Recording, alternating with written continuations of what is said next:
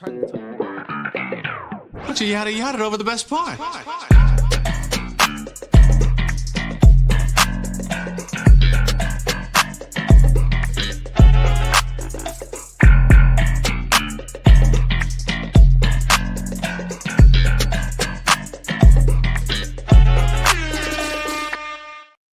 Yeah, ladies and gentlemen, it's Sunday, and that means one thing and one thing only. We are back with another episode of the Yada Yada Podcast, episode 155 to be exact. It's Big Joe now in the building, Black Hype is here, Nelson in the building, and of course, the podcast MVP every time, Sebastian! Fellas, how we doing on this Grammy Sunday in Kansas City, man? How's everyone feeling? Feeling great. Everyone man. made it. Everyone survived the snowstorms in America last week. Yeah. I'm glad we all lived to see the day. Just Yes. a black man surviving in the snow. Same shit, different day, You feel different me? year. Another day feel in the me? Midwest. Another year in the Midwest. Yeah, man, I'm doing great, man. I got to see my family, got to see my granddad. I'm blessed. You know, to see another day. Great way to spend the Sunday. Yeah, man. Great way to spend the Sunday. Nelson got a car a couple hours ago. Bro, I've been driving that car, man. My dad just wanted me off the insurance, gang. He said they taxing me, He gang. said, this is yours now. Yeah, This you is your pay for burden. that. Yeah, you pay that insurance. Literally. Yeah. That's what happens. So everyone's having a good day. Nelson got a car, insurance bill on top of that. You Yep. saw your family. We back on the pod, man. Episode 155. It's beautiful, man. The Grammys are tonight. We already got the Grammys underway. We had 2 awards already get secured. We had Best Rap Song. Yep. That went to TV off. Kendrick Lamar. Yep. Kendrick Lamar, Lefty Gunplay. Lefty Gunplay was at the Grammys. That was a great look, man. He looked good. He looked nice. Looked clean. Got his little speech in real quick. Got out of there. Yes. Anything longer, it might get a little iffy with Lefty Gunplay, but he held it together. He looked good. He looked sober. He looked clean. Good moment for the West Coast. Glad TV off won Best Rap Song. And then we also had Best R&B Album, and that went to Mutt by Leon Thomas. Yes, sir. Yes, sir. So the Grammys already underway, man. It's gonna be a big night. The Clips are gonna perform. Is GNX sweeping the Clips, or is Clips gonna get one? Man, I'm thinking the Clips got it, bro. Clips gonna get it.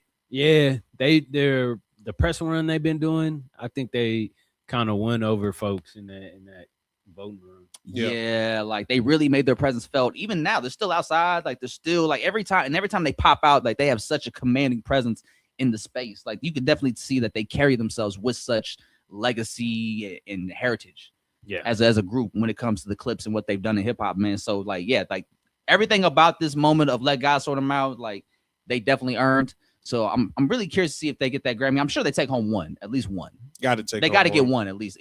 Let Birds Don't Sing got to get one if they're not going to go for Album of the Year. They Or Rap definitely Album of the getting Year. that Birds Don't Sing performance at the Vatican. Yeah. Like that, I feel like that's a non-negotiable. Yeah, That one has to. that's got to win It something. gotta has do to something. be That got to the win one. something. Like, because every time I hear that Malice verse, I get emotional just hearing it. And knowing that he went on a tour and performed that song every show and had to do that verse every show and do it in a way where he was able to control himself and control his emotions in that moment is like super powerful, because that's one of the most powerful verses I've ever heard in hip hop, in music, period. Yep. And it's he talked about that song and that verse like a couple of interviews ago recently, and it was the first time I actually saw him get emotional talking about just that verse and like what it means to him and just what he's talking about.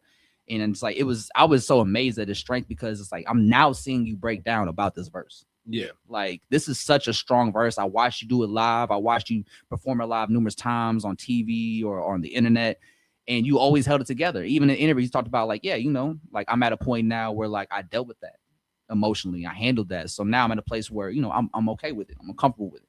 But to see him still, feel the emotions and the effects of how heavy of a verse that is, like, it's just, I commend his strength to hold it together up to this point.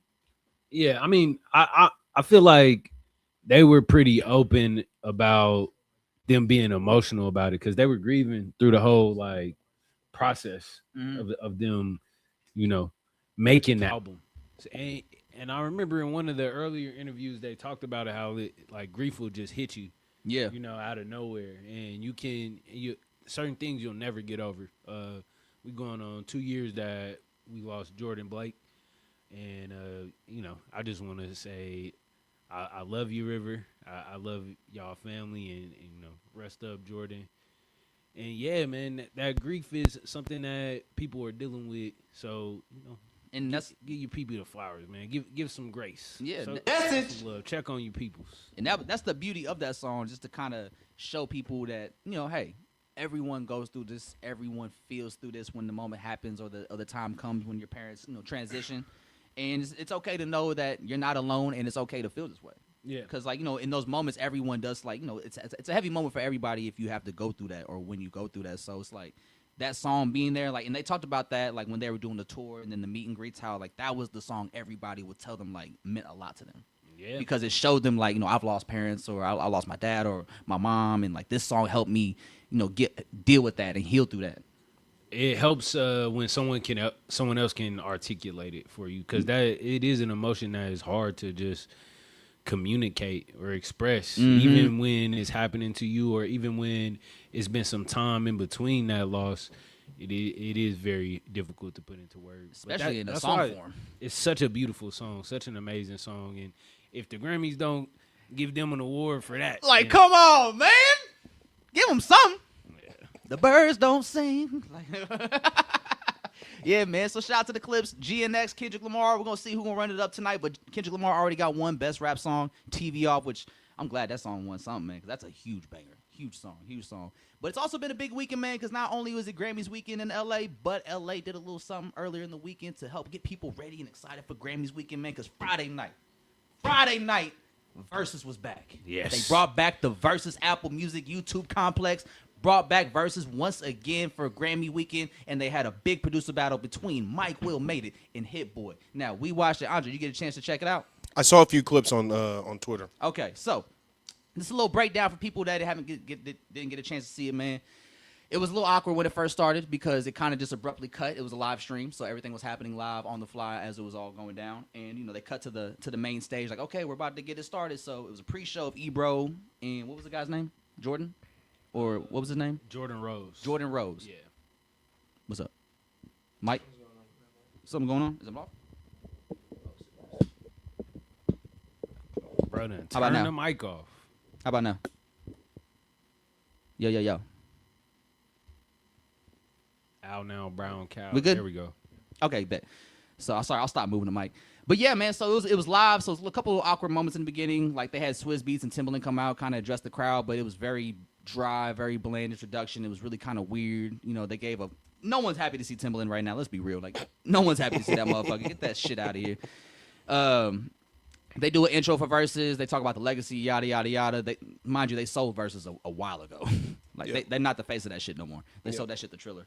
But anywho, it starts off Hit Boy, Mike Will. We're in L.A. Hit Boy's from L.A. Mike Will Made It coming out of Atlanta. So Mike Will goes first, and I think that was the problem because Hit Boy, let's be honest, he got rolled in the pack. Like Hit Boy got packed the fuck out in his hometown. I Like, want to say it was close. It was but not close. It was not close, bro. Hit Boy got rolled the fuck up in his own hometown. And the problem was, and this is the biggest issue, Hit Boy was on defense all night. And he didn't even need to do all that because he actually won the coin toss. He could have gone first, but he deferred to Mike Will, and that was the problem because as soon as it started, Mike Will came out the gate swinging. We in Cali. What do you think he plays? Yes, Humble. Don't. Like, yes. He kicked it off on Humble, and so now we're like, okay, now we're going to have a Kendrick tit for tat, right? Okay, bet. You want to play Humble? I'm going to play Wild Freestyle. That's the wrong move, That's y'all. the wrong I song! want y'all to know that he shouldn't have did that. And that's... You get hit with Humble right out the gate in the verses, and you play the Wild Freestyle. It's a Kendrick song. Or it's a medley, so they did do backseat freestyle, but you gotta just play backseat freestyle. Because you got the list right here. Yeah, right? I got the list right So here. yeah, and that was the problem with Hit Boy. Like, see, if you're gonna do the medley, you do backseat freestyle first. Like, wow, and that's the thing. Mike Will Made It playing Humble, and you following up with Wild Freestyle just really made Wild Freestyle feel like it was not a great song. Like that's like the time, and that's another thing that Hit Boy has a bad thing with. Is just like timing and placements of the records he picks. And he showed that in the Boy Wonder battle he did in the first verses fucking 6 years ago. That was a problem. He picked horrible songs. And this was another battle where he picked horrible songs. Like, you started off with Wild Freestyle when Backseat Freestyle was right there. Yeah. Like, so you started off with Wild kind of just sucked all the energy out the room already. Because it's like, why are you doing Wild Freestyle when the obvious choice was Backseat Freestyle? I think what I'm finding is like a lot of people forget that the verses is a performance. Yeah. So you gotta get the crowd hype. You gotta have some sort of show element, or it's just not gonna be good. I will say that was another reason why I was a little awkward when it first started, because like, you know, these are two producers. Producers, when you see them do interviews and conversate with people, it's like, okay, like you could kind of see why like producers don't like being on camera very much, because they're very quiet, reserved people that, you know, kind of soft-spoken a little bit. So it's like when you do hear them do interviews, like, oh, okay, like I see why you like to be in the background. So it's like when you have a verses like this, you can kind of see like, okay, like Mike Will and Hit Boy. Like Mike Will's not a rapper, Hit Boy is. But one of the reasons I always had a hard time gravitating towards Hit Boy's music a lot is because he doesn't really have like the charisma or the showmanship like that. And I think that really showed in this verses. Like Hit Boy doesn't have the charisma or the showmanship like that. Now, Mike Will may not have as much charisma either, but he's a showman because he's from Atlanta. Atlanta knows how to party. And so that's what Mike Will did. Mike Will brought Atlanta to New York. I beg to differ, bro. Mike Will had the charisma. Before every song, Mike Will gave a little speech. Yeah. He told you what it was. What's the acronym for big, Joe? Big belong in the Grammys. Look. He said those hits and those big records. I make big records. All right, we could keep going to round two because Hey, that's a round good two? segue. Hey, yo, so once that second round hit, Humble comes in, we get a little Kendrick medley going back and forth with Kendrick records, right? Okay, round two. Now, this is where the Atlanta showed up in L.A. Yeah, I mean, this is where it starts to go left. Yeah, second Honestly, round. it immediately goes downhill because the round two, we got shit by Future. Right? You ain't about shit. And this is Dun. where the crowd started really getting hype. Because the first round was a little awkward because everyone's just trying to kind of get the vibe right, get the energy right, see how we're gonna move in the verses.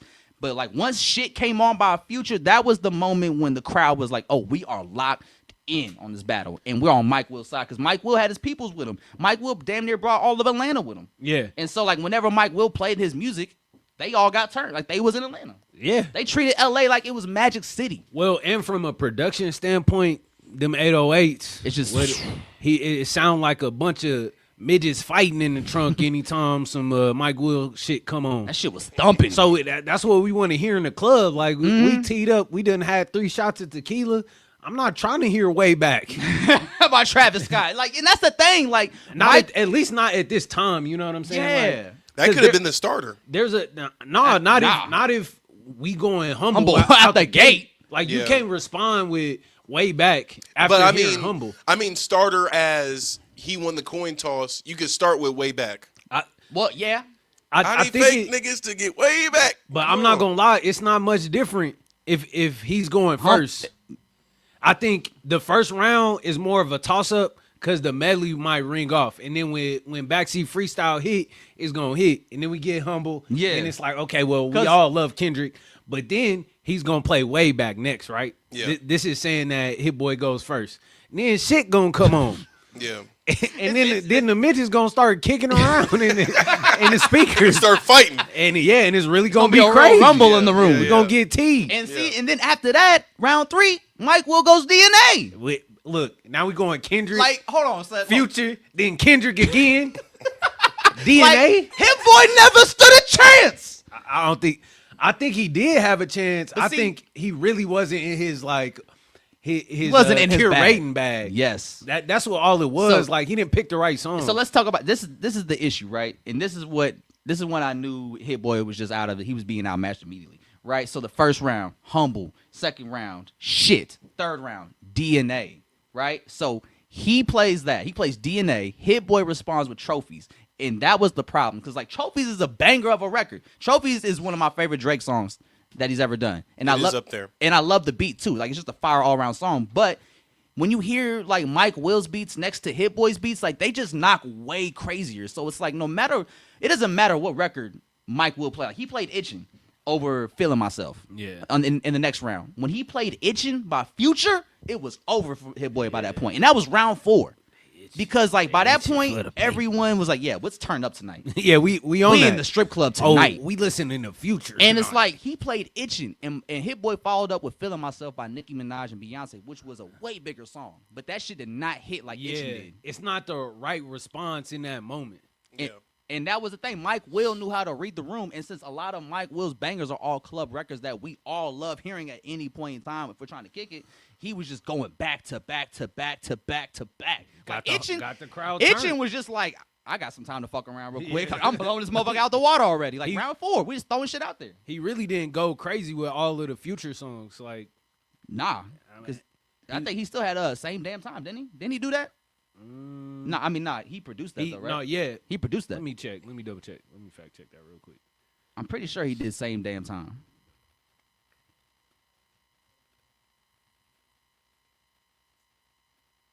No, Sunny Digital. Okay, never mind. But yeah, it could have gone a lot further, though. So, like, yeah. It could have, bro. So, what, we on round 5 now? Yeah. All right. So, now Mike Will does Throw Some Mo. Ray Shrimmer featuring Nicki Minaj, Young Thug. Itching, and then throw some mo right after? Like, it's not even fair. We vibing. Like, we already turned. We in the club now. Fuck whatever Hit Boy got Now going on. we on like drink 4 now. Yeah, like Hit Boy already. Hit Boy. I don't know what ain't Hit Boy shit. doing, but I don't know what Hit Boy here anymore. go Like, get another drink. like, just give Mike Will an extra round. And what sucks is like he picks really good songs. So his response to Throw Some Mo was "Stay Here for Life." A$AP Rocky. A$AP Rocky, the new one. Fires, then the Goldie song by Rocky. Then One Train, which One Train is a phenomenal posse cut, phenomenal record. But I mean, See, that and that's I would honestly give him round 5. just because he had to do a medley of 3 songs. Even if he only would have did Goldie, I would have gave it to him. I mean, I wouldn't have gave it to him. Over Throw Some Mo?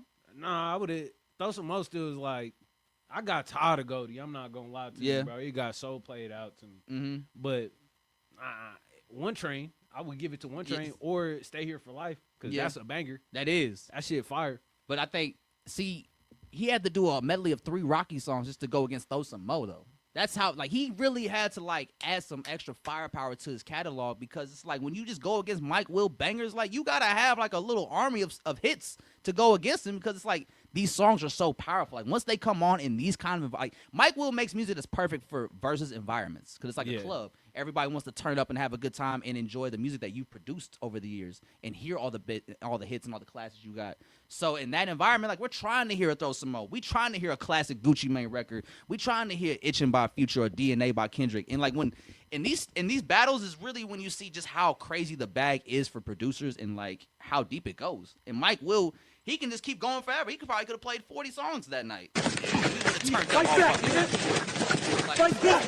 When he played Body Party by Sierra. Yeah. And when he did that, I was like, yeah, Mike Will got it because Hit Boy don't got nothing like that. Yeah. He tried to play Sorry by Beyonce right after, and it didn't hit. It wasn't the But right that's time. how crazy it was for Mike Will. Like, everything Mike Will play, we're just like, oh, that was the perfect record for this moment. Yeah. Every time. Every record was the perfect record for that exact moment. And every record Hit Boy played was like, that wasn't it, dude. Yeah. That wasn't it. So this where I like started watching the stream was round 8. So was it Mike Will did Love Me by Lil Wayne and Drake, and then I hop onto the stream. Hit Boy is playing Racks in the Middle. He's rapping Racks in the Middle, and it's like was Roddy Ricch there? No. Okay. And that was another thing. Like one thing we've always applauded Atlanta for up until like last year was the camaraderie that Atlanta's always had as a city and as a creative hub. So when it was time, like Mike Will, he brought out some stars. Now, that's one thing I was super curious about because it's a Versus, and as Versus has grown and evolved over the last few years, like, so it has, like, what people do for it. So, like, now, like, with Versus, like, people like to bring out guests and surprise appearances and stuff like that. So I was super curious to know, like, who's Mike Will going to bring out? Who's Hit Boy going to bring out? And Mike Will, Mike Will's catalog goes deep. So he brought out Ray Shrimmer, of course. Yep. They came out for Throw Some Mo. And then he brought out Juicy J for Bands That Make a Dance. Yeah, look, the strippers. He brought strippers out, too. They was throwing money. It was a funny moment because before Hit Boy does his rebuttal, and he had a dope rebuttal. I actually fuck with the song he did. He's like, can somebody get the money up off the floor? I'm slipping on. I don't want to slip on the money. I'm like, hey, damn. It sounds. And on top of that, Chief Keef was there with Mike Will. Like, Chief Keef was just there. He was just in the cut. Just hanging out. He was just waiting. Hopefully, I wish they would have got to the Chief Keef song. And deadass, like, round 8 when you joined on and Hit Boy played Racks in the Middle to Love Me by Lil Wayne and Drake, that might have been the first round Hit Boy won. Yeah. Truthfully, if we keeping a buck, like Yeah. and he only won because that's a classic Nipsey record, and Love Me's like I love Me too, but like It's not Racks in the the coded middle. song. Honestly, round 7 is pretty close for me. Like I love the code. yeah, But what it is though is Hit Boy has a lot of Ye shit, a lot of Drake shit, a lot of Travis Scott shit, which in like the press they not really that popular right now. You know? Yeah. Or at least in hip hop they kind of questionable. at least folks. compared to like what Mike Will's playing us Yeah. in the room right now, like everybody's energy was leaning towards like what Mike Will was on, compared to like what Hit Boy was on, or like for even like round 9, right? Mike Will does Pour It Up by Rihanna. Everybody goes crazy. Hit Boy goes on. He does Sicko Mode, but the thing about Sicko Mode is that Hit Boy only produced the first half. Yeah. So he only played like the first 15 seconds with the keys. Like that's all he produced. So right when the beat was about to drop and switch, he cut the record off. And everyone was like, "Bro, what the fuck?" Like, You gotta let it rock. yeah, like give a fuck if you produce it or not. Like, Trying to have a good time. yeah, like we turn right now. It's like his round. So that round for him was only like 15, 20 seconds. Yeah. Then Black Beatles. Hey, yo, that was Ray another- Shrimmer popped out. and they did the 2016 freeze. Yeah. The mannequin challenge? Yeah, the mannequin challenge. They literally had the world sentenced too, bro. They so, did. But this is where Hit Boy has his first guest pop out. Or his only guest. His really. only guess, mind you, only guess. It's our boy Big Sean. You know, boy, Click. I love that song. Great performance from Big Sean. Yeah. I think this is kind of up in the air. Performance wise, I think the Black Beatles had a much better moment. Oh yeah, they was lit. But song wise, I think I'm giving it to Click. Like Yeah. when it's all Now, said I and done. actually will, song wise, I would give it the Click, but in the moment, I'll give it to Black Beatles because it's like when Ray Sherman came out for Black Beatles, they did the mannequin challenge, and you just felt like the show was better. the show was much better. Like they already had the strippers out on stage by that point, Yeah. so they was like Atlanta was in full effect. Now Atlanta is cooking. Yeah. Now Mike Will is cooking. Because So- we just came off of Black Beatles. That was round 10. Round 11, we're going in the band to make a dance. now this is where he throw the money and everything. This is where Juicy J pop out, Right after Ray do Sherman his popped verse. out, what? Look, bro, yeah. And Drop a bomb, Andre. So now everybody is hyped for this. So, man, this is where I'm like, what the fuck are you doing, bro? Hit Boy responds with "Spicy" by Nas, Nas in Fabio form. and I'm like, Hey, hold on. I'm like, We spamming that one tonight. Yeah. What? it just didn't make sense. Why? Where's the why?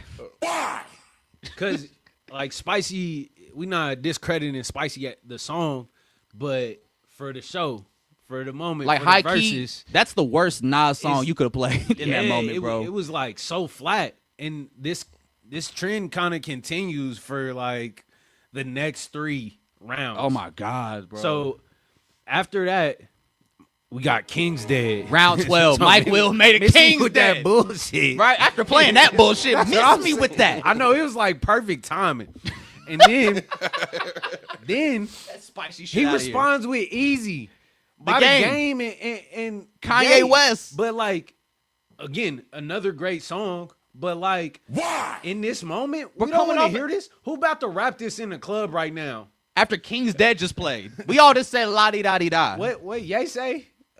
He's like, Oh, survived that. God helped made me survive that crash so I could beat Pete Davidson's no, ass. what's the table? No, Oh, yeah, how you gonna ask me what I bring to the table when I'm the table? That's what I'm like. It's not it, bro.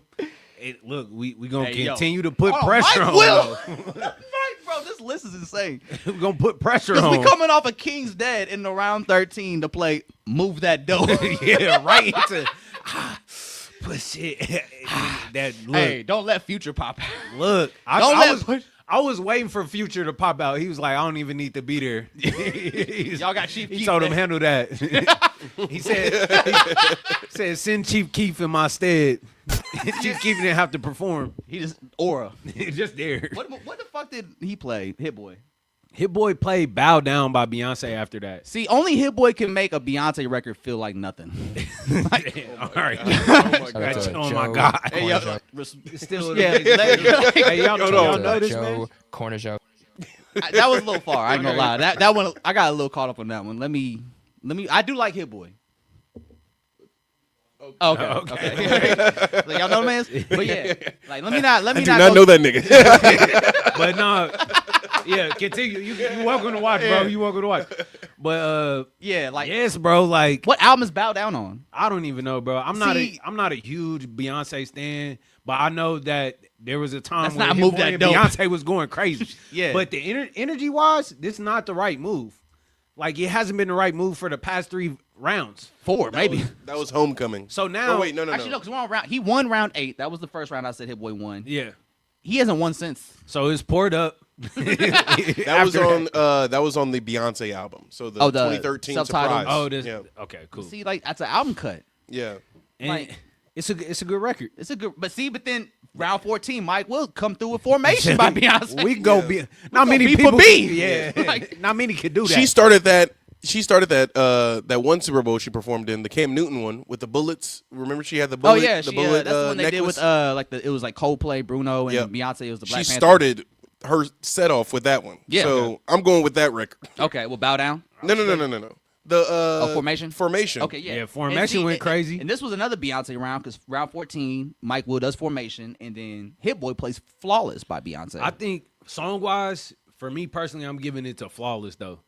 Like, Flawless, yeah. but in the club, like in the environment, Formation is the one. Yeah. Yeah. Because that's the one the girls gonna tee up to. They gonna kick it to. Yeah. Then- It's a calling card for women though. Like, okay, ladies, when I was getting from, come on, Yeah, man. like- yeah. and every girl loves it's that. for It's them. militant. It's Yeah, for them. it's for ladies. Yeah. And it, It's my for, God. what did 50 Cent say? It's for the bitches, nigga. It's for the bitches. It's for the bitches, nigga. And then You know, Mike Will can't. you need to get that on the soundbite. Get that on the board for the bitches Mike Will can't. You know, he can't chill out for too long at all. So he plays next is Bugatti. Start round Mind 15. you, he played Bugatti round 15. That was one of the ones for Mike Will. Yeah, this just was in the cut. At this point, he's like not even trying no more. Hit Boy done gave up. Because Hit Boy plays Carousel. Travis Scott, Frank Travis Scott, Ocean. not really ringing off. Now, especially coming off Bugatti. It was a great time. Like Great cut on Astro World. World killed it that year. Yeah. Amazing record, amazing song. Shout out Frank Ocean. Brand new. Now we just vibing though. Yeah. Oh, now we got to know. Round 16. No tight. Ray Sherman's still in Still there, running Hey, it up. hey, come back on stage. Yeah, come on. I ain't Got got no tight. We know what that did. Yeah. Yeah, we know what that did. We know what But that see, did. this is the thing though. Like And- these records are so big that Hit Boy could play "Drop the World" by Lil Wayne and Eminem, And it feels small. and we tell them like, turn that shit off. Don't nobody want to hear that shit. We definitely don't want to hear "Drop the World" in the club. Not after we turn no I'm tight. trying to hear that. Yeah, after like no type, I'm trying to go home That right nigga, now. no, that nigga Yeah. Hit Boy was trying to go home. He said, "All right, let's wrap this. Here, just play this Like, one." hey, Mike Will was trying to party. Hit Boy was trying to go home. Yeah, like, he's trying to Try wrap to it get up. up out of there. yeah, he gave up like in round 9. And then we got another Future record. Oh, see, this is how you know Mike Will was just fucking around at this point. Turn on the lights. Round 17. Yeah, he had everybody turn off the lights. He was like, "Can we get all the lights turned off in the venue? We gonna do the stadium shit. I need everybody cameras out. I He need was everybody lights out." And then he dropped the Future. Turn on the lights. I'm looking. Hey, for what's so funny? I'm looking for Him playing turn off the lights in round 17 let you know he knew he won by that point. Yeah, he did. He's just chilling. At He this said, point.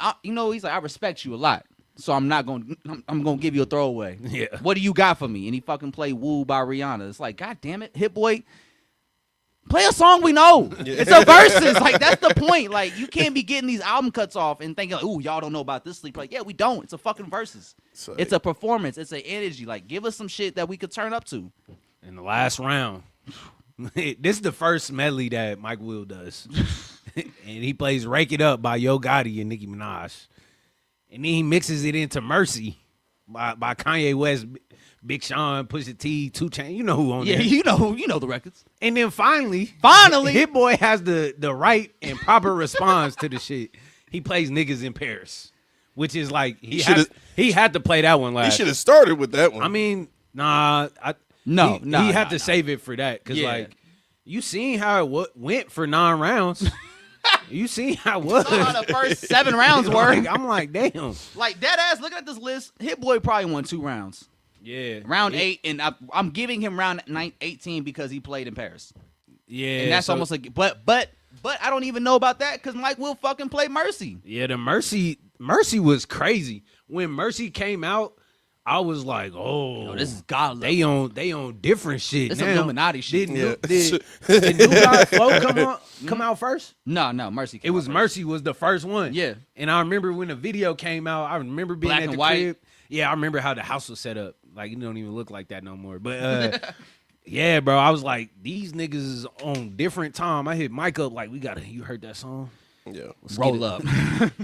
You got $5. Let's go get some shitty weed and listen to Mercy On repeat. and review it. Yeah. Let's go act like this bitch a Lamborghini Yeah. and listen to Mercy. That on me. Yeah. I'm Jay-Z. I'm Pusher T.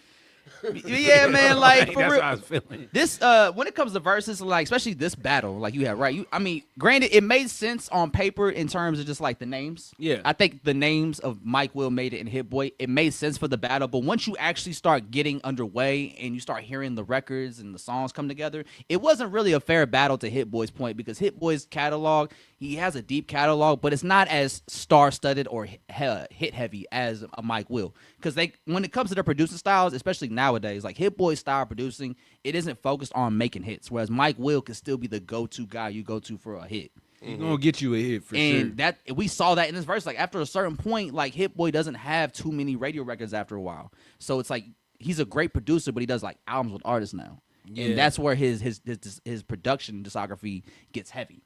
Whereas Mike Will, like you'll have like one or two records with these artists, or you may produce for Ray Sherman or whatnot, but like you're giving out hits to people. And there was like a 5 to 10 year run where Mike Will was just going the go-to producer for people to get hits.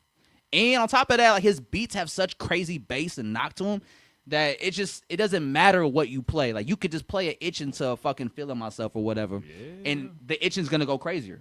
It just is. It is. Well, and they in LA, so I'm surprised that it was really ringing off like that. Though. Yeah, same. But see, Atlanta knows how to party.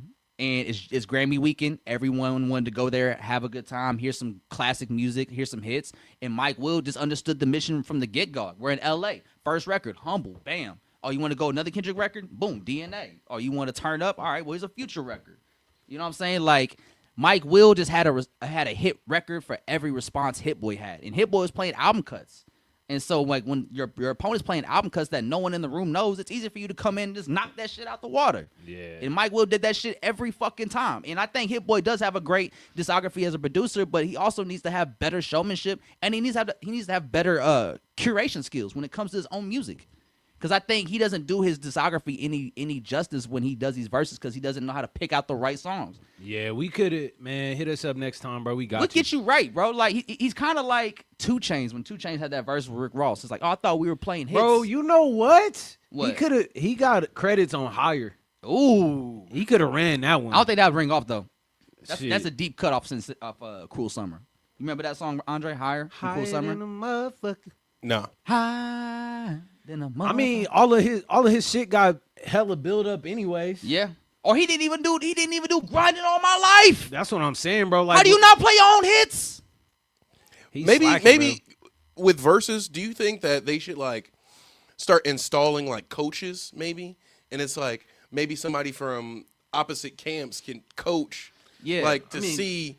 I you mean, know? if it is, I don't think everybody needs that. Probably certain artists need that. Yeah. But I think somebody in your corner got to be able to help you with that. Yeah. Because, like, I don't really got... Because this is a hella- new thing. This is like verses it's and relatively new, for producing. sure. I feel like the producer verses like kind of hit better because they have a wider range of what to play with and how to place things. But ultimately, I feel like this could have been done more better. I mean, with more better. with coaching. I don't know. And Definitely. I mean, I think definitely with producers too. And I think Mike Will was just somebody that knows how to curate his own music because he makes a lot of hits. And when he does stuff like this, or he probably goes out and does DJ gigs or whatever, they're usually at club settings in Atlanta probably. Yeah. So he knows like how to cater to a club or to a party type environment, and which is exactly what a versus is. Like we saw like New York have like a New York hip hop versus with the Locks and Dipset. Yeah. And That was should be the standard. Yeah. Like, everyone should watch that. Like, if you about to do a versus, prepare. Watch the locks. Yeah. Watch them niggas. That's how you do it. Yeah. And if you a producer, really look through your discography. Build your find your top 10 of like this gonna get the club jumping. Anytime this get played, this gonna go up. Cause I mean, I feel like Hit Boy got some of that shit. I'm looking through his discography right now. For real, I Maybe think that they should play it by ear, bro. Like you should have 10, Yeah. but it shouldn't be sequenced like I'm gonna play this right now, Yeah. regardless of whatever is played on the other side. Because, bro, why the fuck are you playing like I love Stay Here for Life, right? Man, you got Big But Sean there's there. no reason why you playing that in the verses when it's DJ culture-esque where you're trying to win the crowd over. Yeah. You're trying to, feed that energy. Bullshit. He had Big Sean there. I felt like he could at least did some shit off Detroit too. Like he got some credits on there. They did a new record together that's unreleased though. So Oh like, yeah, I forgot about that. Yeah. What was that sample? I can't remember. It was We Don't Die. We oh damn, I gotta find We it. don't die, we multiply. Something like that. But yeah, I think they would benefit from some coaching. Or at least it's kind of like, hey man, we went through your discography ourselves. Here's 10 songs that we think would ring off in the Yeah. verses. So like, and I think Mike Will. It seems like Mike Will did have a list of songs that he was picking from. And it seems like Hit Boy maybe had a list of songs, but then there was also some moments where he would veer off and do like his own thing, or like Yeah. maybe Mike Will played a huge banger. And he's like, "Oh shit, I got to figure out something to match that energy." Spicy. It's like spicy. Like man was like, "There's too much money on the floor. Apple, get the money off the floor." Why you playing spicy, bro? Like, yeah, the spicy moment really just sums up Hit Boy's performance in the whole verses. And yeah, going forward, I think we should keep Hit Boy out of verses. Nah, I'm Like, not mad at I that, think man. it would have been better if they had another producer from Atlanta go one-on-one with who Mike would you- Will. Like, man. Metro Boomin would have shit, been great. Zaytoven Zaytoven would have versus been great. Mike Will would have been Yeah. crazy. Yeah, but since it's in LA, you had to have have an LA producer there. Yeah. And Hit Boy is like one of the bigger names, so it may. I mean, Mustard would have probably been even a better battle for Mike Yeah. Will made it. If Mustard. we're gonna do like, if you want to have Hey, somebody Mustard from would have been Mustard. fun. Mustard just won a Mustard. Grammy too, and he Mustard, had the man. Kendrick shit too. It's like, oh, Yeah. you want to play DNA? Like, let's play TV off. No, you want to talk about big hits But or not like us. big records? Yeah, Like Yeah. we talk Like, about, yeah, bro, we like- talk about records with Grammys. come on, man. Hey, Mustard, Come on, man. get that verses up, man. But yeah, other than that, man, Nigga Joe said, "I don't want to see Hit Boy touch the stage again." don't ever pop back up on that versus stage, Hit Boy. Like, that's not where you belong, player. Man. You great producer though, very much legendary, just not on that versus stage. Shout out to Joe Corner Joe. And I mean that with respect too. I do fuck with Hit Boy. Oh, Hit Boy really I don't. No, just joking. But hey, man, let's talk about your man's Andre. No, I'm just kidding. I'm kidding. Not my Sebastian's, mans. man. They Sebastian's. was on my ass this past week. They man. was, bro. They was on your ass, man. But hey, he redeemed himself a little bit this week, man. Yeah, good J. thing I Cole. wipe. Huh? Wait, what? He said they were on my ass. I said, good thing I wipe. Wait, hold up. Before we talk about the chosen one, Uh huh. there, you know, Hold that, and while we're on the topic of while we're on the topic of verses, Yeah. so there's been talk about a Fabulous versus Lloyd Banks. Yeah. and I just went. You a real hip hop head. I'm trying to fill you out. Trying to What see you- something. Trying to see something. What you thinking, man? In regards of a Lloyd Banks Fabulous versus, right? They both did the same thing. I think as rappers, they both kind of catered to the same demographic of fans. They had similar fan bases, especially like as they were in the younger years of their prime. Personally, I think Fabulous. I liked Fabulous a lot more, but I think over time, like Lloyd Banks definitely aged a lot better than Fabulous's music, and I think Lloyd Banks has a lot better longevity as an artist, especially in his later career. Like, he's more reliable. He actually put out good projects in this late in the stage of his career. Like, I listened to one of his projects he released in this decade, I think around 2021, 2020, that I really enjoyed. And I was actually thoroughly impressed because for being a punchline rapper, you know, sometimes, especially in 2026, like that style could be very corny and can get played out very It's not, fast. I would say it's not appreciated. It's not appreciated anymore because that's not the rapping style that artists use anymore. So it's very outdated almost. But Lloyd Banks still does it, and he does it in a way where it's not cheesy, it's not corny, and it sounds better than ever.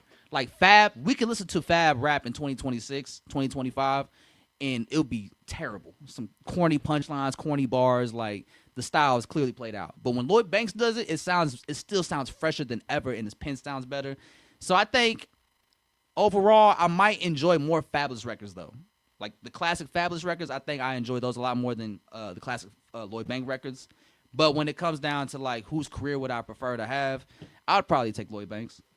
I think personally I'm leaning towards Fab because I definitely was tapped in with the soul tapes. The soul tapes. Like his mixtape run, like there's no Competition. competition. Like those I really Loso's enjoyed. Way was a great album. Yeah, and I can't say I really listened to both of them a lot. Like after Soul Tape 2, I kind of was checked out on Fab. And then Lloyd Banks, I never really listened to him that much. But given the environment that the Versus is, and just some of the things that I've been hearing, and Lloyd Banks can really still get out there and perform. I don't know if Fab got that in him. You know, We saw what Jadakiss did to Fab. He's potting right now. So he's cold right now. So man, I don't know. That's the coldest podcast in New York. I'm thinking Lloyd is gonna get him in the Versus. Oh yeah, and I think like Lloyd Banks, the actual event of the Versus, and Lloyd Banks. I think Lloyd Banks is more focused right now as a rapper, where I don't think Fab has been focused as a rapper in some years.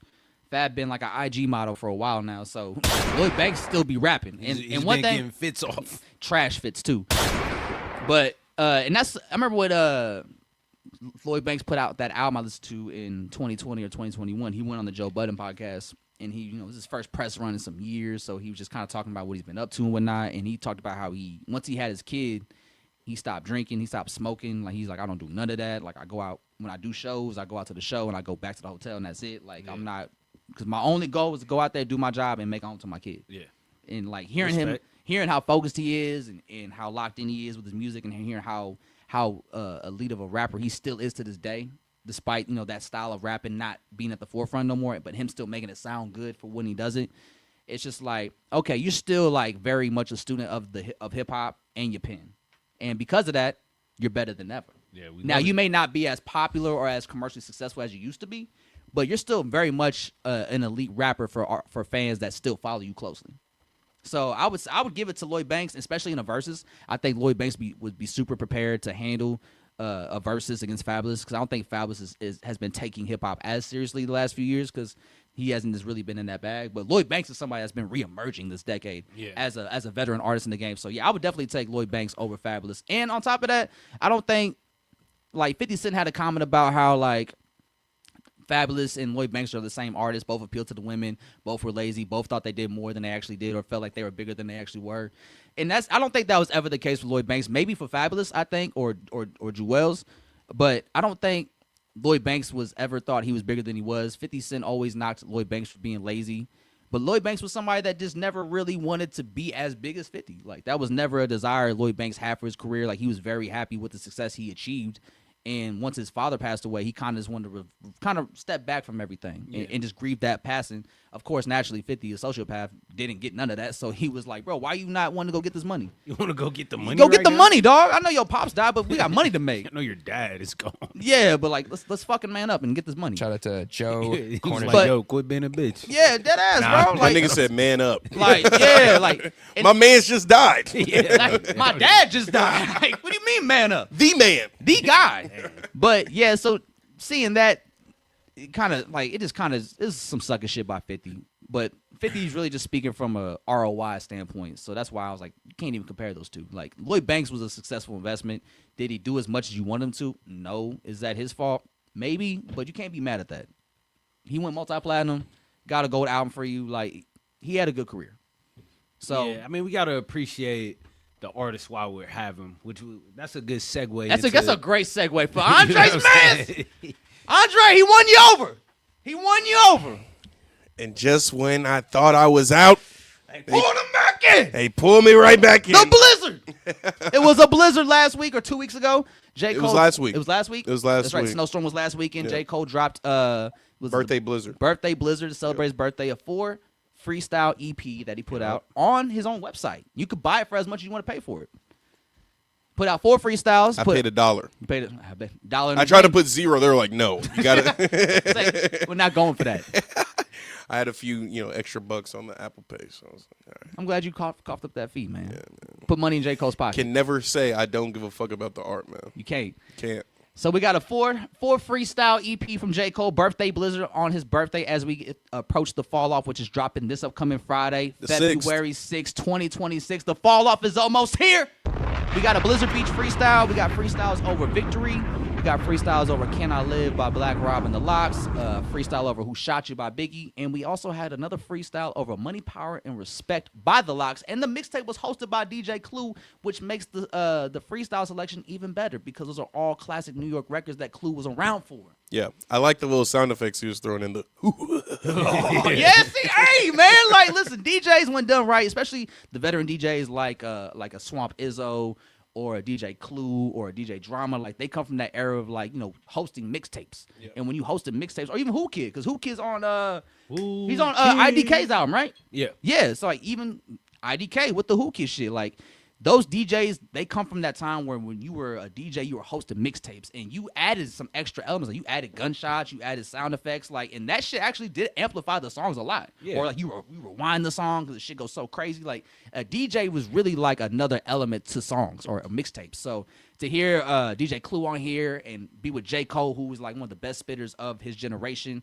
and this is like being like a last hurrah freestyle EP before the final album drops this week. Like, I thought it was really dope and a great hip hop moment because that's really what I think Cole's been trying to harp on with this last project. Like, it's for me, and most importantly, it's for hip hop as well. Yeah, and it definitely is a great way for him to, you know, just honor this thing of ours. Yeah, and that was kind of what it was, like a writing exercise, like real lyrical exercise to kind of show y'all, man, my pen's never been sharper. So, Andre, let me ask you this. So last week, or when we broke down Diss 2, Track 2, yes, you didn't like that rhyme scheme. And that was one of the biggest things people were raving about when that song first came out. So what was about this freestyle, or these freestyles, that you enjoyed more than Diss 2, Track 2?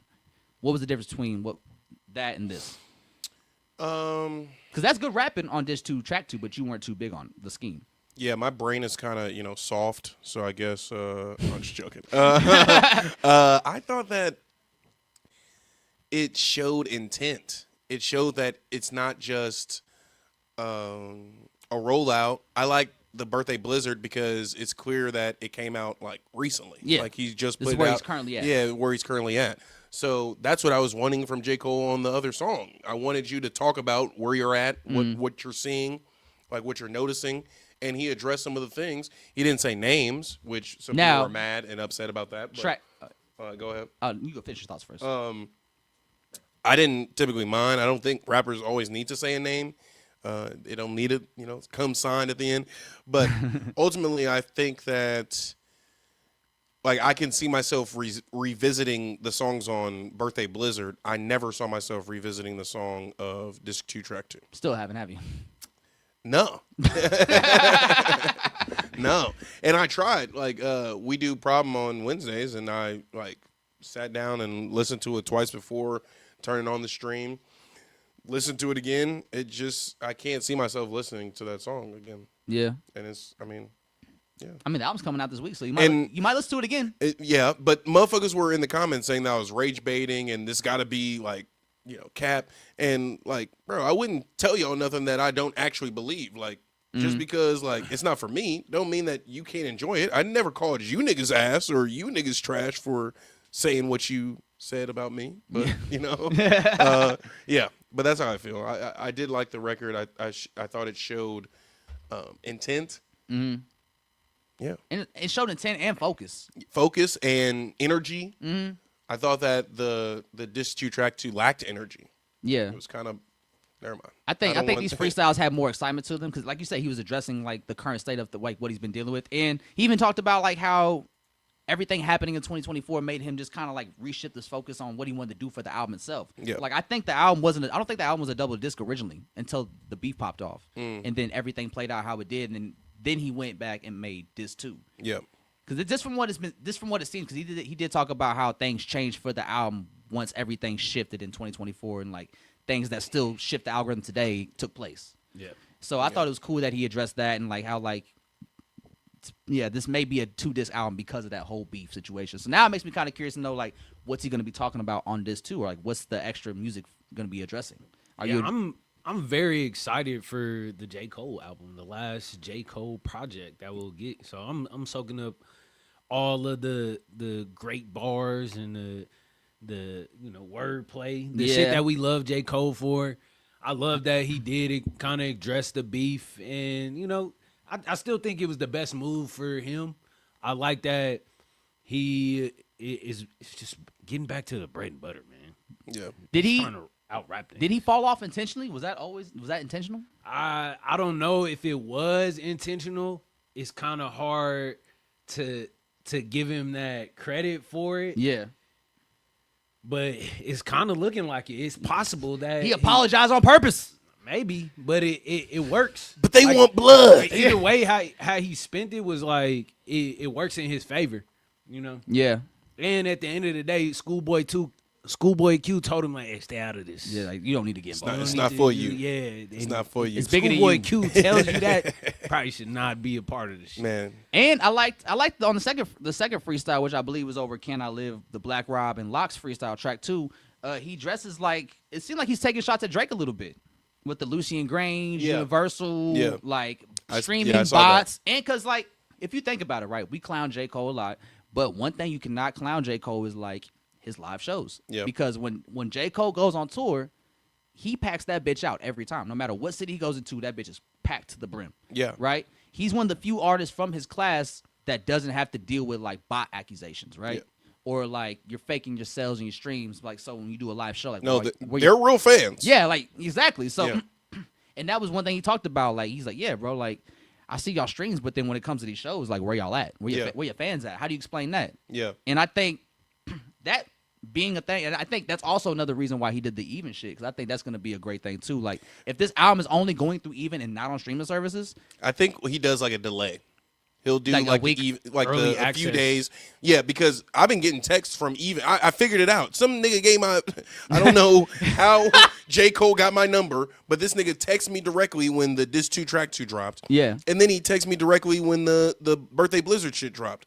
And I will say this about Even. I love the platform in terms of like artists taking control of their art, right? But the playback system, this like the scrubbing, you can't do no scrubbing. And if it's like 30 seconds into a song and you press back, it'll go to the last song before that one. It won't. it won't just restart. It just goes like the whole nother song. Literally. So, Yeah. J. Cole, I know you got some power over there at Even. Drop your nuts on the table and actually give them some better UI because that shit was terrible. I But- do want to get into this comment before you go, or do you want?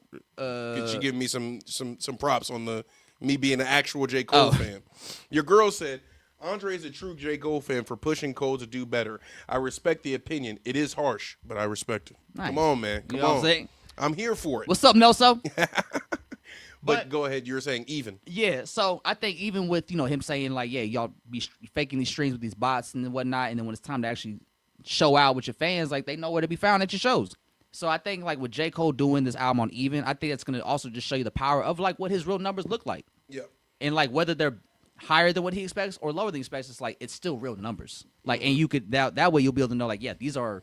If the album sells 300,000 copies, like 300,000 real people bought this album. And he talked about like, yeah, people sell albums, but it's all because they sold merch. Yeah. It's all everything's rigged. It's a finesse. It's a play. Yeah, like everything's a play. Bieber was doing that shit. Bieber was doing that. Bieber was shit. telling his audience to stream his Shit while he was single asleep. while Yeah. you're asleep. Yeah. Put 12 songs in a playlist, all the same song, and turn it all the way down. Yeah. Like, bro, That's like, goofy. just- that's fraud. And then get away from the art too. Yeah. So it's like, all right, what is it really about? Like y'all not making, because people buy your music because they fuck with you as the person. So then when it's like, oh, I just need clicks. I need to beat your Roddy money. Rich. Yeah, I need to beat beat- Roddy Rich. It makes it weird. It makes it less authentic. So Literally. shout out J. Cole for being consistent and integral to who he is as a person. Like we could say he ain't never been no dummy. Like he own his music. Yeah. And he own his image regardless of like how the internet try and play it. Like we know what J. Cole has done. And comparing it to like the big three, like Kendrick did his thing, so we're not even gonna talk about Kendrick. Yeah. But Drake was fishing. the Still whole fishing. last year. Still fishing. Still fishing. Still looking for that one. And Cole is like, cool.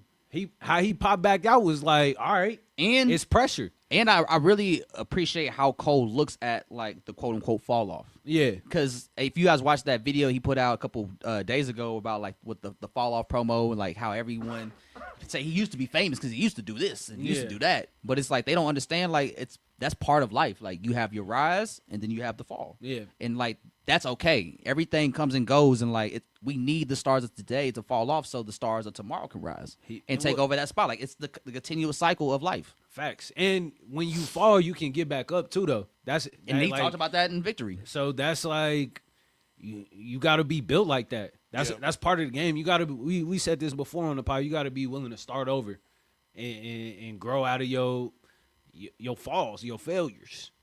Yeah, just because you fall off doesn't mean you're not gonna get back up or you're not gonna keep moving. It's up to you. And just because you fall, don't mean you hurt yourself. Exactly. It's just part of the life. It's part of the cycle. Life's ups and downs. So you remember your coach used to hit you with that. Are you hurt or are you injured? I think I'm both, coach. Yeah. I could be both. How does look, Coach? I can't breathe. Anytime I wanted to get out of a drill, I would just be like, I need my inhaler. Asthma type. I need my inhaler. I remember Coach was yelling at me, "Why'd you run it?" I need my inhaler. Bro, that was our strategy one year. We was so we was so spread thin on our football team that we would fake cramps. like if we needed a sub, we needed some water, a little break. Coach was like, "Hey, let that calf start twitching." You're still under your parents' insurance, right? Yeah. You'll be all right. Rub some dirt on it. He'll be all right. Walk it off. Give him some Pepto-Bismol. Hey, our wrestling coach used to tell us, do not go to the nurses if you guys have an injury. They're gonna tell you not to wrestle or not to practice. I'm like, ain't that their job? Like, if we're hurt, they were like, yeah, you're not like healthy enough to play, so sit out for a week or two. Our coach would be like, nah, do not go to them. Do not do that. Yeah. You want to play? Don't do that. Don't do that. I'm not gonna Do lie. not go to them about that concussion. Hey, if someone broke, I was trying to play. Yeah. I'm not gonna lie to you. I thought there was more I heart wanted in to that. play. Like, hey, I have a broken arm, but I'm down to play. I'm down to die for that field. Hey, when something is, look, even if you dislocate some shit, you could kind of power through it and then deal with that shit later. But if not getting paid to play football, if you break some shit, it's gonna take you out of here. Motherfuckers trying to leave it all on the field in high school. I don't care if it was a pinky. Look, we was about it, bro. We was really about it. I ain't gonna say no names, but we was all crying in that huddle. We was all crying. Let me ask y'all this. So one thing that J. Cole addressed in these freestyles was how like he'll get on the track and catch a body with any rapper you put him on the track with right. Now that was one of the things people were saying. You said that too. Like we don't want to hear people, or we don't want to hear J. Cole talk about how he'll wash anybody if that steps to him or whatever. Now let me ask you this: do you think when J. Cole says things like this, he means like getting on features, not like actual battling rappers? And does that make a difference to you when it applies to him talking about he's the best? Because it seems like that's what he more so means when he talks about being the best. Like, yeah, I'll get on a track with anybody and wash y'all. I mean, I think do it. That's a possibility. Then do it. Go then. Then do it. But it's kind of hard when he's retiring. Do it then. Do it. Your girl said Cole was about to come out swinging. He knew that Kendrick was going to destroy Drake. He don't need nobody digging in his dirty laundry or to be aired out except for himself. That is a fair point. He's always going to just be like, no, you can't say that. I'll say that. I'll say that about me. Yeah. Look, when it's all said and done and we look back at this in 5 years, it's going to be like, hey, Cole didn't look too crazy. He made the right move, actually. He didn't look too crazy in the 2020s. He didn't. And then I'll be there and say, I remember what happened. Hey, make some noise if you love Kendrick Lamar, too. He ain't here, though. Yeah. Drake just standing over there. Drake backstage about to leave. I ain't coming out on this motherfucking stage. I ain't making no noise for Kendrick Lamar. I know he hates. Fuck. They're about to call me a pedophile in 2 weeks. I'm not going this route with him. The Epstein angle is what I expected. Epstein shit's what I expected. Oh, like, huh? Hello? I mean, that is like there's got to be like a psychological term for people that like can't see themselves. You know what I mean? Like that's a Freudian slip. Like like you don't know how crazy you look because like Drake is still trying to sue UMG 2 years later. Like basically what they're saying is you put that shit on the table. Like you implicated yourself in the accusations. Yeah. With the Tupac AI. Yeah. Like, come on, bro. Just accept defeat. It's over. Because now it's looking crazy, bro. Just go back to the studio. We 2 years removed, man. Finish Iceman. Like, Maybe not a good time to do Iceman. Nah, it's not. And see, these are things Tone that deaf. you gotta pay attention to. Yeah, tone deaf.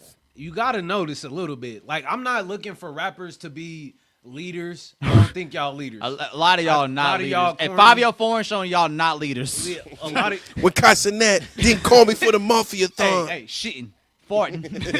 Shitting, pooping. no, bro. I'm in the club with 100,000. I That think, nigga got out of jail and nobody noticed. look, Hey, he went to jail. Nobody noticed. And I hate saying that. I don't even want to think that. I didn't even know. Alex, what? I didn't even know he went in and then he got out. No, bro. Like, I don't even care about that Said shit. when? When did he get out? I got home. When? When'd you get home? When did he leave?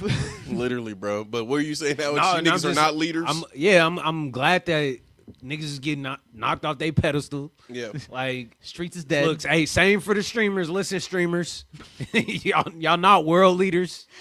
Some of y'all not intelligent. What a sentence. You know, you got a lot of followers, a lot of clout, quote unquote. Man, just make sure y'all don't have these kids doing stupid shit. Man. I mean, it's too late. Sneaker's I already ain't gonna banned lie, from shit. every hospitality spot in America. Said you can't even go to a Motel 6, nigga. Hey, just know the streamers is next though. We all, boy, America on their ass. Man. Look, bro, I'm glad we started the pod when we did, bro. Because imagine being like, oh, I'm a podcaster. Yeah. Yeah, like in 2026, you started. That's what you starting. You started one. You started How podcasting old in are you? 2026. hey, how you start I'ma ask, how you like- start a podcast when you're 26? God damn. Go get your CDL, bitch ass motherfucker. Not Dude, the CDL. Yeah, go get a real fucking job and make real money for your family. Dude, I be at work thinking like, let me just go get that CDL, man. Man. Let me just hit the road. I had a shorty that was Let trying me to get some calluses on my hands. You Do some ever had a real work. shorty talk to you like that? No. The fuck? Trash. Shorty in your ear like you need Trash. to Like, get you know, another your job. career really ass. You should go do your side job for real. Like, what? I Bro. went to school for that. Bro, that's why, Got a whole degree for that. What do you mean just walk away from that? Joe, that's I'm why I glad you love our walked away job, from bro. that. I'm glad you walked away from that. Yeah.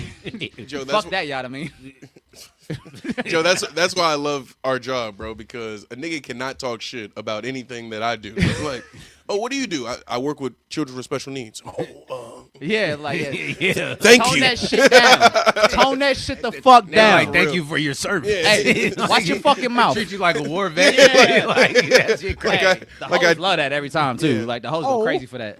I can't wait to tell shorties I do that for a living. It's a guaranteed banger every time. You know what's gonna get the bitches wet? I just can't wait till they ask what I do for a living. I'm a paraprofessional, baby. What is that? Let me show you. You mean like like supernatural? Let me show you. I walk into the room. You see this? This a clicker.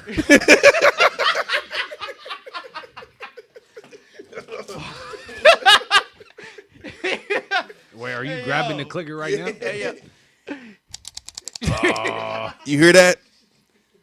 Every time a behavior starts spiking. You like that? See, Andre's Take that. kids are different. My kids are more independent. they move up the clicker. He hits that clicker, the whole room stop. No, they don't.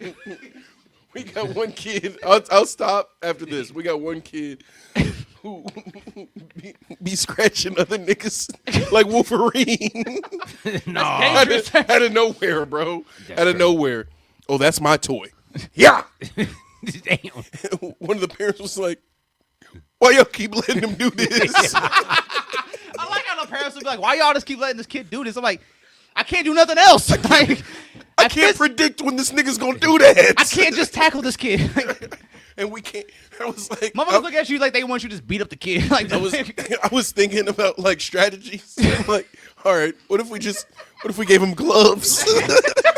game plans and shit. Like, hey, we in the schools where other counselors trying to formulate game plans to like stop certain kids from like doing shit. Like, is this against the rules? Hey, I ain't gonna lie. There was a few placements of schools I was at the last couple years where they was like really having meetings about me. Like, all right, who do we need to send Joe? What classroom we need to send him into next? Mm-hmm. What kids are acting way out of control? Oh, you the enforcer? Yeah, I was the one. I was the enforcer. Like, hey, go take care of that kid real quick. Bro, they use me like that. They use me like a damn Pokemon in my job. They're like, Andre, he's running. Go get him. Like, bro, Andre, use chase. Yeah.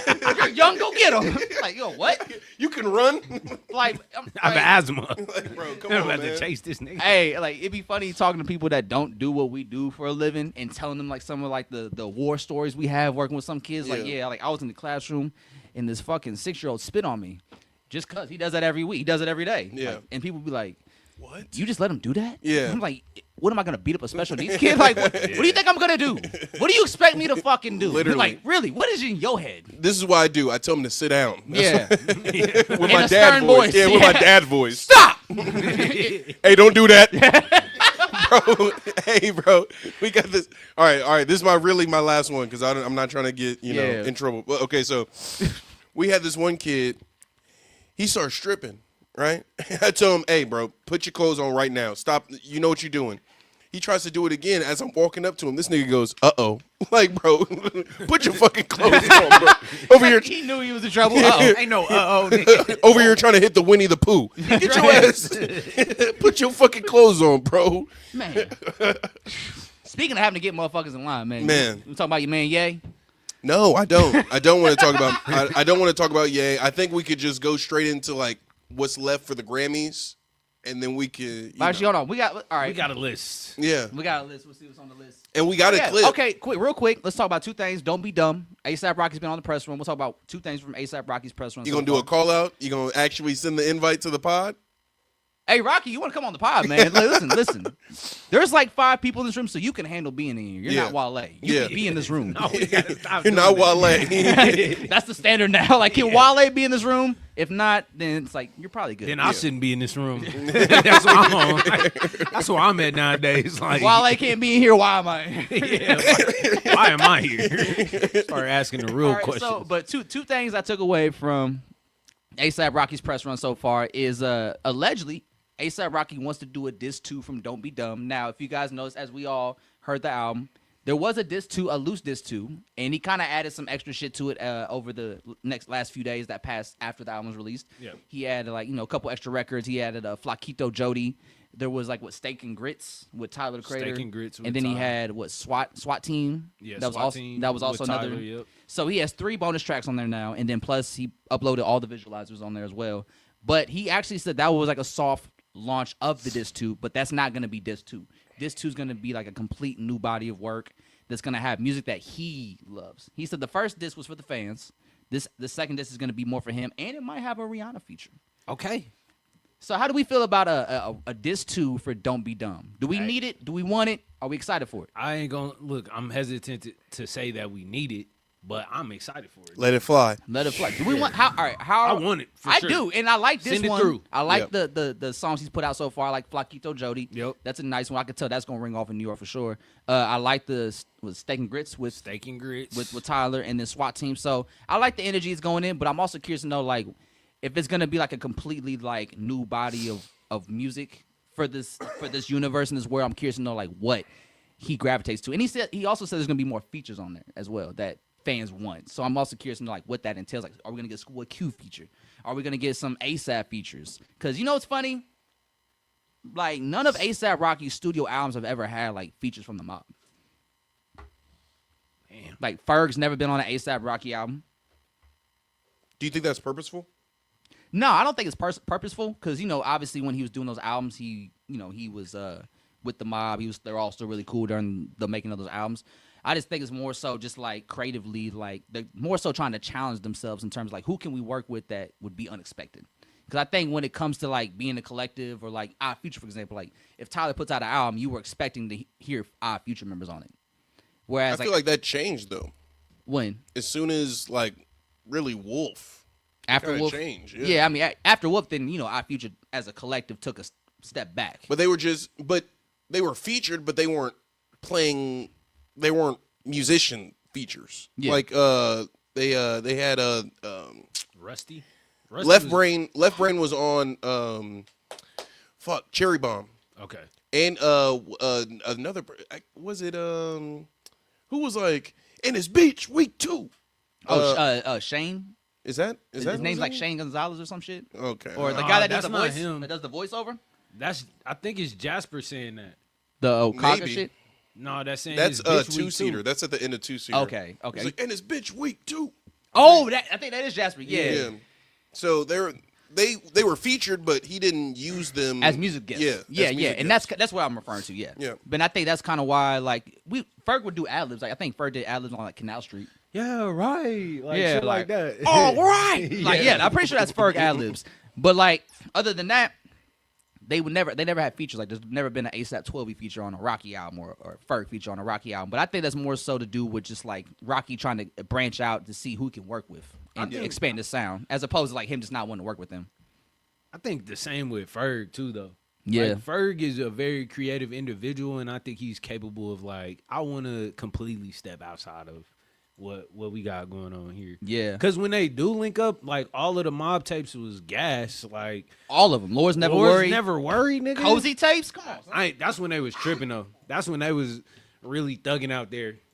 All the friends that Rocky talking about he just outgrew. Yeah. They was there for Lord's Never Worry. They was They was everybody there. he outgrew was on that album. They was definitely punching niggas at the shows. Yeah. Actually, and that was another thing he talked about was the current state of the mob and just like ASAP Ferg. And he talked about how he was a little heartbroken when he heard the news about Ferg wanting to drop ASAP from his name. But he was also just like, at the end of the day though, like with me and Ferg, like that's always gonna be love. That's my brother. That's like real love right here. Like that's what me and him have, like can always be fixed with a quick conversation. It's nothing not even an issue there. Right? But I will say the Yams Day thing, watching that and just kind of seeing the mob, like, Yams Day was always like an ASAP mob thing. That And it does hurt just to kind of hear the mob kind of not be as of a tight-knit collective as it used to be. But obviously, it comes back to the whole, like, everybody gets older, everybody kind of grows apart, or everybody has different goals in mind. yeah. And we saw that with Ferg. Ferg been on that for like the last 2 years of like, I'm trying to just continue my dad's legacy with the Ferg clothing and the Ferg name and just be more in that light of just Ferg as a legacy as opposed to like being ASAP Ferg. Yeah, that's definitely commendable. And I think anybody's personal success is you always got to mention your history. You know what I'm saying? So like anything you do outside of the yada yada is gonna be like, we gonna be proud of you. Yeah. Whether you got that name tied to it or not. You know what I'm saying? It's like this legacy. Yeah. So it's like, and your name is like permanently etched in that. Yeah. It's It's associated with that. Yeah. So we got to always strive and prosper for. We do, man. We had that. We So do. I think with Yams Day specifically though, I feel like there was enough time. Like if y'all know this is about to happen, like that could have been more of a unified thing. Move I felt and like, and it did kind of feel like it was just Rocky. yeah, and that's kind of why it was a little bit it was still a great thing. Like I still like the performances a lot. It was a great production, but like you said, like it just seemed like I know 12 was there. I know Ills was there, and maybe another ASAP member that's just kind of like low key. Shit, MIA should have been there. Why not? That's what I'm saying. Why like, not? There's Red should have been there. Like, you know what I'm saying? It should have been like a real like a real ASAP Mob Yams Day event where you just had and that's why I was excited to watch it. I'm like, all right, who are they about to bring out? Yeah. And then it was just Rocky. And I was like, oh, okay, it's just you. And that I wish you would have just did like as a Rocky show as opposed to like a Yams Day. It should have been some don't be dumb shit, but Yeah. when you put Yams in the title, I feel like that there's a lot of people that he reached and he connected with, and that's the beauty of Yams, Yeah, he brought everyone together, man. So like that's why I always enjoyed Yams Day when they did it before the pandemic hit, because it was always a huge event and they made it a big deal, and you're always curious like who's gonna pop out. I think one of the years they had a wrestling theme, so they had a ring in the middle of the arena that people were wrestling in and they perform in it too. Like it was really dope, man. And I remember Ferg talked about it when he put out the last project he just put out during his media run where they was talking about ASAP Mob and Yams Day, and Ferg was like, yeah, I tell Rocky every year, let's do Yams Day, let's get together and do it again. Just let me know what the word is and I'll be with it. So when Rocky did announce that he was doing the Yams Day and Ferg wasn't there and you didn't see the Mob there as a unit, it just kind of like, it was a bittersweet moment because like we're celebrating ASAP Rocky's new body of work, Don't Be Dumb, great album. I'm just watching him present it and build the world around it, which was dope. But for it to be a Yams Day and the Mob not be together, it just didn't feel right. Yeah.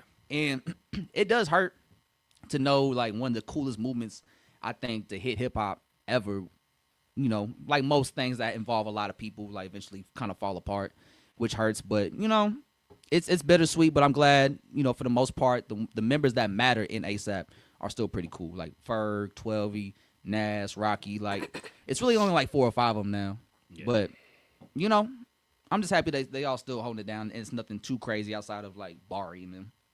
Yeah. But I will say, man. Yeah.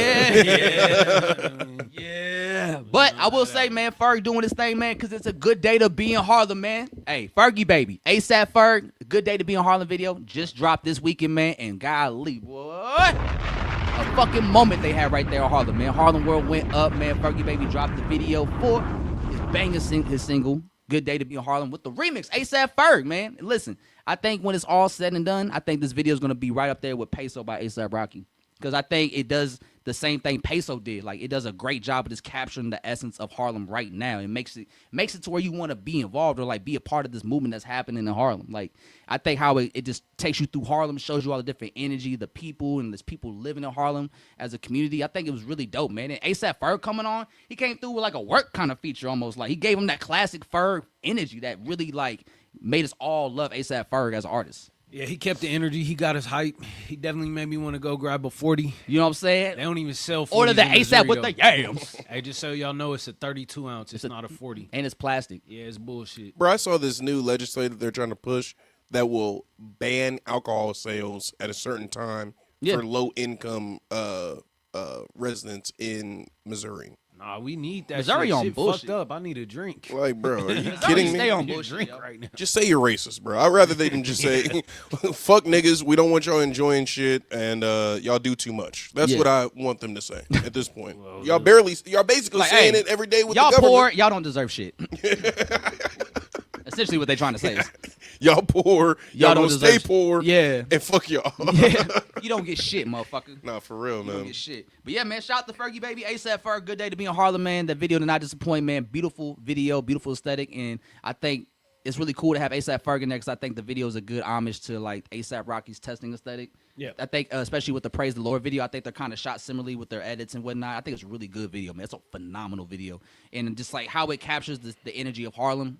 A1 job from Fergie baby and the team, and I like how they have Ferg's verse go first after the hook, and he kind of sets the tone, and it really felt like a real passing of the torch kind of moment because like by the time Fergie baby come in, like the energy of the record's already crazy from that Ferg verse. So like everything about it just seems really dope, man. Like salute to Fergie baby, like he having a crazy moment. He going up right now, and he about to drop the album next month or in March, I should say.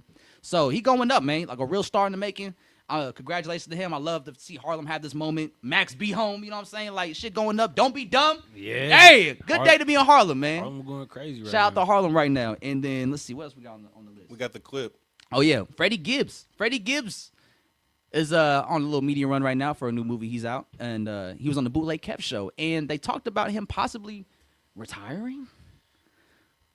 We got a clip of that interview. Let's see it. Producer Nelson, what you got?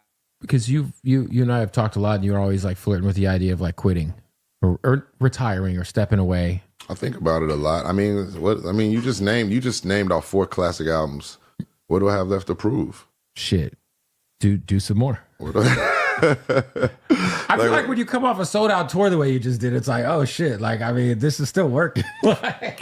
4 classic albums. I mean, I'm gonna always be able to tour. You know what I mean? Like the Grateful Dead. Can still tour. So, you know, I'm gonna always give my fans what they want, you know, and I feel like I gave them, you know, pieces of art that's gonna, you know, live forever. You know what I mean? So if and when I do decide to go back and do another project, you know, it's just gotta be something special, man. You know what I mean? Like I said, I I don't feel like I got anything left to prove on the rap side. I ain't even really in the rap race no more. And you're just kind of, I mean, you built your own universe. Yeah. It's like if the rap world wants to come inside, they can come inside. If not, you know. Yeah, I don't want to be compared to nobody no more. I want to be my own thing. So it's you know, when I do decide to like, if I decide to do that, then you know it's definitely got to be something special, something worthwhile, and something that maybe like an album with K Tronada. Oh, I mean, I saw you talked about that. Is that a thing? I love K Tronada, man. That's definitely my homie. I definitely he working on some music right now, and I definitely are you working on it with him? Helped him assist in some music that he was working on. But as far as like me, like nah, like as far as like an album with me, I mean, like I said, we flirt with those ideas and stuff like that, but I ain't working on nothing right now. Like for me, I'm just, you know, I just got a new dog, so. I ain't thinking about rapping right now. Like, Just got a new dog. yeah. So with Freddie Gibbs saying he's possibly teasing the idea of maybe like calling it a raps on his hip hop career and pursuing other passions such as acting and whatnot. How do we feel about Freddie Gibbs saying that? Are we okay with Freddie Gibbs retiring right now if he were to call it quits? Because he's been in the game for like 15, 16 years now, since 2009, 2010. I'm looking at his discog. Man, he had a great run. An amazing run. He definitely did his shit. I do feel like it's too soon. It doesn't feel like he needs to retire. I still feel like he could still put out some dope shit. But man, if you want to go and explore new things, you say he was a part of a movie or working on a movie. He's in a movie with CM Punk. Go act, bro. Go do all your shit. Go have fun. Don't say you retiring from rap though. Yeah, I think because until you actually rappers love to tease that word, Yeah, bro. I feel like Jay-Z they do fucked it a up the lot. whole game. Jay-Z did. Remember when Logic retired? Who's Logic? I don't want to die. Or I just want to die. Come on. Who can relate? Yeah. Woo! Bro, I hate the internet so much. I hate the internet so much. I be using that every time, like my sports teams. Be Who can using it. relate? That's why. So like, I don't think niggas think about what they put into the world, because the niggas singing with like falsetto. I don't want to be alive. I just want to die today. Who can relate? Who can relate? And then J. Cole said, "I'm hot dog, catch up to me." So it's like, what are we actually talking about? What are we actually saying? You're saying words that never been said together before. Now, if Ye said it, niggas would have been like, "Oh, this is the greatest shit ever." Never. Y'all done heard what that nigga done said. He got a bleached asshole or something like that, wasn't that? He said that. One of his greatest He songs. was all singing that. One of his shit. greatest songs. We was all singing that shit. Now, I'm not gonna lie. Do you think Freddie Gibbs should retire? I mean, truthfully, I don't want him because I'm very speaking from a selfish, personal standpoint. No, I don't want Freddie Gibbs retired because I think Freddie Gibbs is one of the best rappers we have, and he's been a high quality rapper for 10, 15 years, bro. Since 2010, he's been nothing but an A1 rapper, and he's gotten phenomenal. He's gotten better with each passing year and each project, especially like Alfredo too. Like, it may not have been like our favorite Freddie Gibbs project, but it's still a great Freddie Gibbs. High quality. Still high was quality. up for a Grammy, right?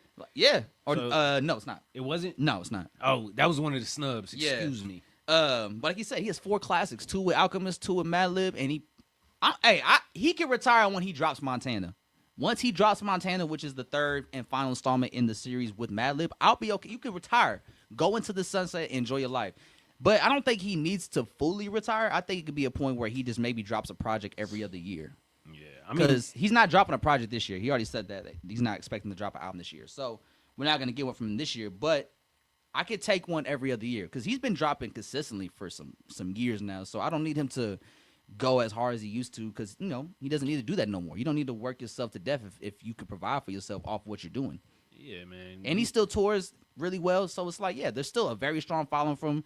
He's an artist that's like anytime he puts out music, his fans are going to love it and rally behind it and, support him however they can. So just so let's recap real quick or refresh. That's that 2010 Freshman double class. XL freshman class. He was a part of that. That was the first one, wasn't it? Nah, it was like the second one. I think Second one? 2009 was the first, I believe. Was Oh, it word. Cole, Nipsey, OJ the Juice Man, Hey. Wiz. Hey, So man, R.I.P. Nip, J-Rock, J-Rock, Fashawn.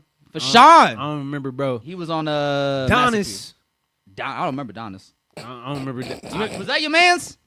Was that your man's? I'm laughing at y'all, man. I don't remember Donis. Big Sean, Boy. Freddie Gibbs. Like this is It's a really great class. solid class. Like so, J. Cole, Big Sean, Wiz Khalifa, J. Rock, Grammy winning J. Freddie Rock. Gibbs, still putting out really amazing music. Big Sean. Yeah, I said Big Sean. Oh yeah, my bad.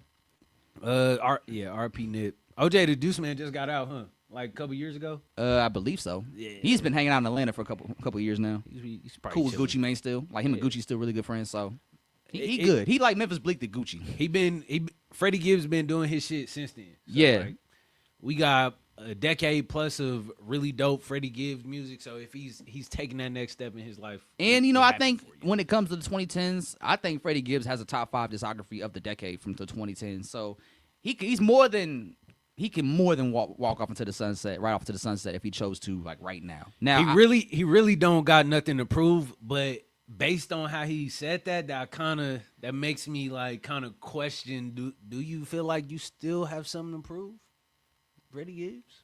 like I mean, because like, what else can he do really? Like I mean, other than commercial success, but that's never been something he strives for. Like he doesn't make music to achieve commercial success or mainstream success, I should say, in terms of like making hits and all of that. Like sometimes it happens organically, but for the most part, he doesn't make his albums or put together his albums with that in mind. Yeah. So I think that's the only thing that could really be a bucket list for him, but that's not really a goal of his. So I can't see that being a driving force as well. I think bro good. Yeah. Go ahead and do that. Get in your acting bag. We know Freddie Gibbs funny as hell.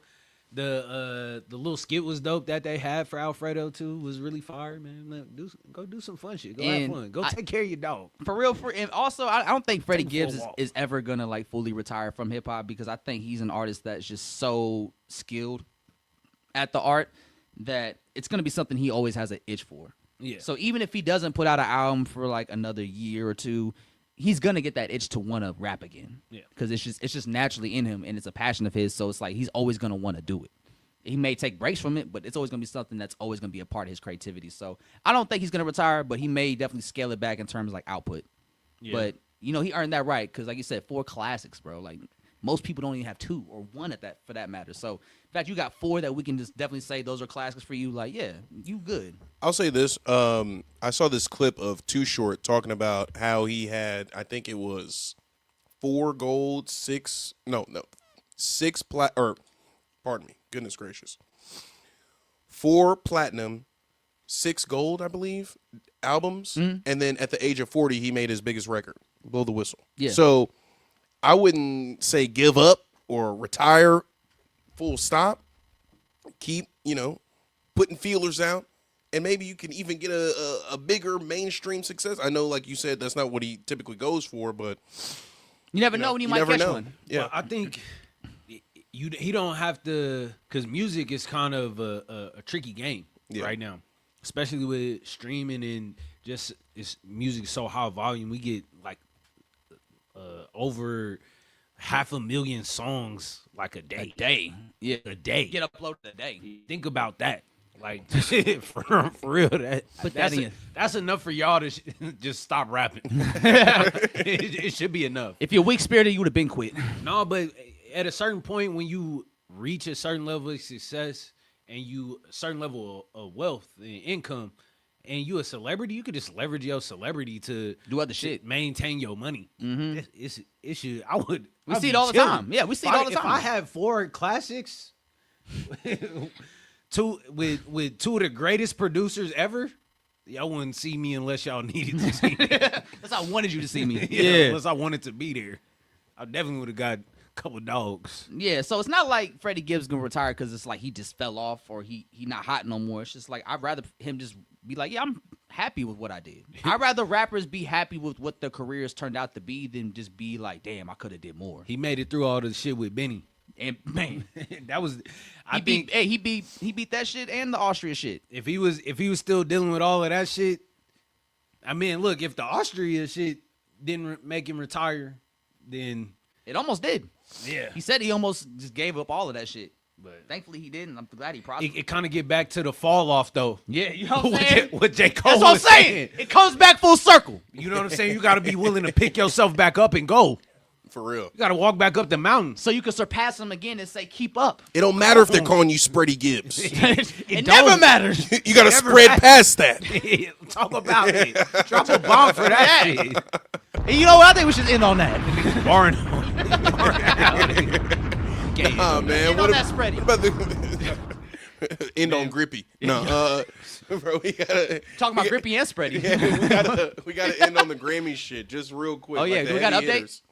No, the show hasn't started yet. Oh, No, it's been going. well, now it's a ceremony. Ceremony, like Oh. the Yeah, that's the the premiere prime time ceremony. shit. I think the actual show. Damn, look at that chat. That chat going The crazy. track is insane right now. But yeah, so right now the Grammy premiere ceremony awards are happening. I think the Grammys start at 7. Oh. It's 6 o'clock right now, Central Time for those watching. So it won't start until 8. 8 for us, 7 for them. It's on the West Coast. Oh, it's on the West Coast. Oh, you're Yep. right. Yeah. Damn, 8 o'clock. Yeah, so we still got 2 more hours of the I ceremony. don't want to touch on none of this. I want to talk about Don Toliver and IDK next week. I want to dive into those more. Oh, 8 p.m. East Central Standard. So it's 7 for us. 7. You're Oh, right. yeah, so another hour. Okay, cool.